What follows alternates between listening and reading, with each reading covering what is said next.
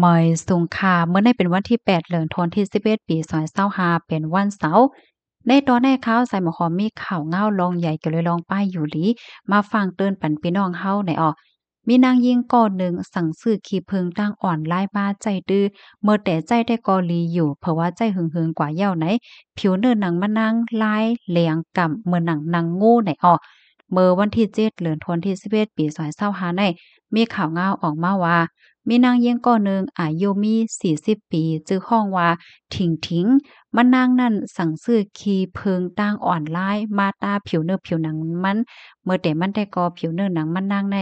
มันเป็นห้อยโค้มว่ามีตุ่มมีเหลียงออกมาให้ได้นั่นน่ะเนาะเผื่อว่าใจกว่าหึงๆเนี่ยจึงมันก็เฮ็ดให้ผิวเนื้อหนังมันนางในเปลี่ยนไปแหลกหลายกว่าเหเหมือนหนังนางงูเฮ็ดให้ออถึงที่มันนางในอำคามได้สิและเขายอดยาโตตีโฮ้งยาจงต้า เวงหนานจิ้งเวงหลงเจิงซูเมืองแขเมื่อเลือนทนที่10ตีป่นมานั่น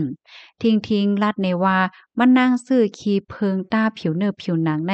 มาทางออนไลน์โดยดีอำไลตองไลถามอำไลเกื้อกลุ่มตีหมอยาอำนั้นก็โพสต์ลงเหรียญฝ่ายป้ายยาเขาเฮ็ดจังไหนออเพราะว่ามันนางซื้อมาต้าเหย้าในพรยอนอันเจ้ามาก็เฮ็ดให้น้ำหนักโตมันดังในตื้อขึ้นมาตั้งน้ำตั้งหลาย ผิวเนิบผิวหนังมันตั้งโตเนี่ยก็เย็นเป็นค่อยแตกลายค่ะเนาะเป็นสีก่ำเหลียงเหมือนหนังนางงูง่ายเหมือนหนังนางงูแหนโคมป้าถึงมีไว้ตั้งเป็นเลือดสูงค่ะเนาะตั้งเป็นเลือดสูงเนี่ยก็ป่อมีมาเป็นไว้เฮ็ดไหนค่ะมานางไข่ในว่าเมื่อ10ปีตีป่นมานั่นเนาะเมื่อแต่มันในมานางไหนก็มีค่อยเหลียงๆแล้วก็คมพองเหมือนจังว่าออกตุ่มเหลียงๆแฮวก็คมๆ คันๆให้ได้นั้นขนาดเนาะเป็นตีขามันว่าเมื่อแต่มันได้กำในมันนางก็โคมเหี่ยก็ย้ายติๆค่ะ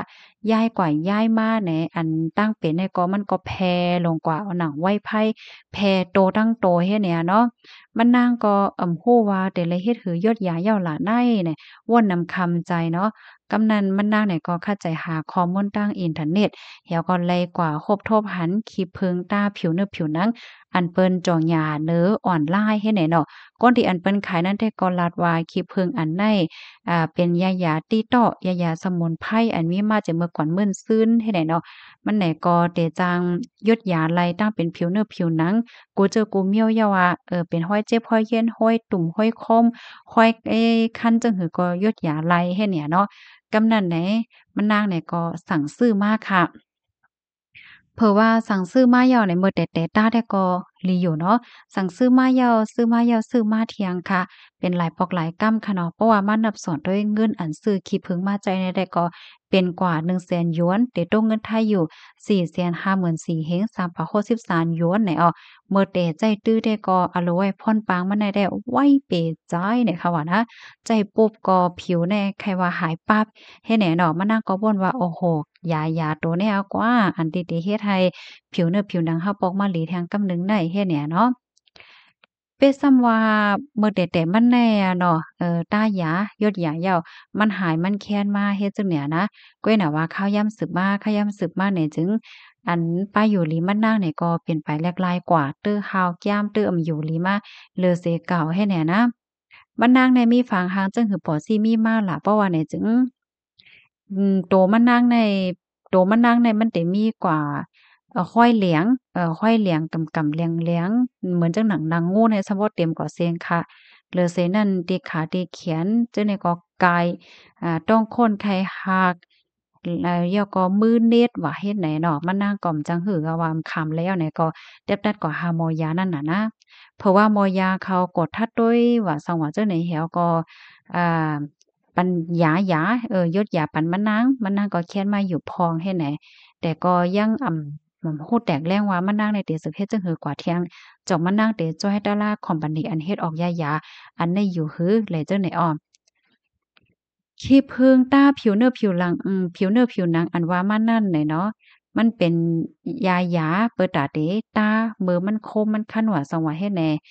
หลายมิกไม้หลายเซียนอันที่เปิ้นขายกันดั้งออนไลน์ว่าซังว่าจังไหนบางเจ้าในเปิ้นเตอเพิ่มสเตียรอยด์อันว่านั้นนะเปิดอะให้มันเตอเฮียงเตอเจียวหายให้แหน่อันนี้หลีฟังเต้ๆเนี่ยค่ะมันก็จะอยู่สเตียรอยด์เนี่ยมันมีน้ำกระตังเขียนเปิดอะเตจอยกึดยอมลองโคมแฮงคอยเหลียงว่าปยก็ผิวหนังปัญหาผิวหนังต่างเจอต่างเปิงดังไว้ไผก้วยกะว่าสังว่าใจตื้อยาๆอันแน่นำแห้งหน้าป่นตีเพราะว่าเนี่ยจึงมันติเฮ็ดให้ผิวเนินหนังเฮาคันได้นะจับยาหยาติดจับยาหยาเฮ็ดจังได๋เพราะว่าวันไหลที่เฮาค้ำใจเฮากึดยาเฮาใจเนี่ยจึงมันก็ได้เฮ็ดให้ฝังหางตั้งเป็นอันเฮายามเป็นนั่นป่อมีมากขึ้นค่ะอัน Licoleran นั่นในสเตียรอยด์ในมันยังจังจึ้มเข้ากว่าในเครื่องอังกาตัวคิงเฮาคาไลเบิ่งลงมันได้ก็มันได้เข้ากับจู้ไตเสร็จแล้วเตจังมีหลงตึกเคิกต่อไตเจ้าไหนป้าเทียงลูกกวานยาวเนี่ยค่ะข่าวง่าโหได้ก็เขาได้ก็ให้ปันฟังเตือนว่าอย่าไปไว้เมาม้างค่ะเนาะมังปองมังไรในเฮาคาได้หันว่ามันเป็นยายาต้าดั้งนอกลงตาผิวเนื้อผิวหนังก้วยมันจะยาๆที่เห็นเฮาใครกินข้าวก่อนในต้องลงให้แนวก็เต็มเพราะไว้น้ำหนักสังให้ได้น่ะเนาะเขาได้ก็แค่ปันฟังเตือนว่าอย่าไปไว้เมาม้างยายาตอนตักตาผิวเนื้อผิวหนังว่ายายาจั่งไหนก็อำใจไลว่าเป็นรองเลขเฮ็ดแหนเนาะเพราะว่าซื้อยายาเตเพราะว่าซื้อยาอันล่อไว้ฮอร์โมนว่ายาอันล่อไว้อันสเตียรอยด์ที่มันน่ะมันหังแฮ้งน่ะเนี่ยก็สังทบมันก็จังเตื้อเคิกต่อไปอยู่ลีเฮาค่ะเลยเหมือนกันเฮ็ดไหน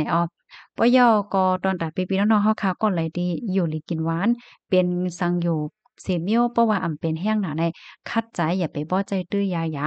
เพราะว่าเฮาคาใจตื้อยาหยาแห้งหนักเฮาใกล้ๆใจตื้อยาหยาไหนมันสิเฮ็ดให้ตัวเฮาค่ะในหนกตือแบดให้ไหนเนาะกินยาต้านๆก็เต็มตื้อเฮแลเหมือนจังหนังยาต้าผิวเนินหนังในเพราะว่าตาติ๊กๆเนี่ยมันติดจิตติดยามเนาะเพราะว่าเฮาตายาวเนี่ยก็มันก็ได้เป็นเมี่ยวๆปอกมาห้าเฮ็ดไหนไลเนี่ยกำนั้นแลข่าวว่อนว่าข่าวง่าโหนแน่เตจำเป็นข้อฟังเตือนปันพี่น้องค่ะอำนำเขาเองค่ะนะมันก็ในเจิกต้าน่ะค่ะเนาะเจิกนมเจิกต้าไหนก้อยกำสังทมมันก็ส่ำจังเตอเคิกดอกป้าอยู่หลีเฮาจังหลุดซึมเข้ากอดในตึกคือเครื่องอากาศตั้งในเฮาค่ะป้าเนี่ยค่ะหนังหือพี่น้องค่ะเดจังเลยรับพูดและจังเลยฟังกันนำๆนั่นก็จอยกันสืบเพิ่นแพเช่กว่าเสกำค่ะกำในเพราะว่ามาถามในตอนใดมันก็ได้ว่าป้อนั้นป้อใจอันขี้ผึ้งหว่าสวายให้แหน่จอมันทำเตลอดเพยอหลาแหน่ เพราะว่าเป็นปื้นตีอันพี่น้องค่ะก็ซื้อตีเสียงล้านที่เป็นตั้งการห้าอันนั้นก็บ่ยาที่ยุ่มยำต้ำใจไรในนั้นได้ก็มันก็เต็มเป็นหังเนาะอันที่เปิ้นปันฟังในอันที่เปิ้นเผาขายในออนไลน์เนี่ยมังเจอเนี่ยเปิ้นก็ซ้ำเตมีลองเตอเพิ่มสารสเตียรอยด์เนี่ยอันที่มันสิเฮ็ดให้เตอหันพรปางและเจ้าหันพรปางมันแห้งเนี่ยเนาะก็น่ะว่าเพราะว่าเฮาคาใจตื้อยาๆจังไหนใน มันเดี๋ยวจังตื้อป้าอยู่หลีเฮาข่าวยาวเฮ็ดไหนนั่นค่ะค่ะน่ะคือพี่น้องค่ะเดี๋ยวเลยรับรู้หลายๆฟังกันนั่นจอยกันสืบเพิ่นแพ่แช่กว่าเสกำค่ะนะเหมยสุงค่ะ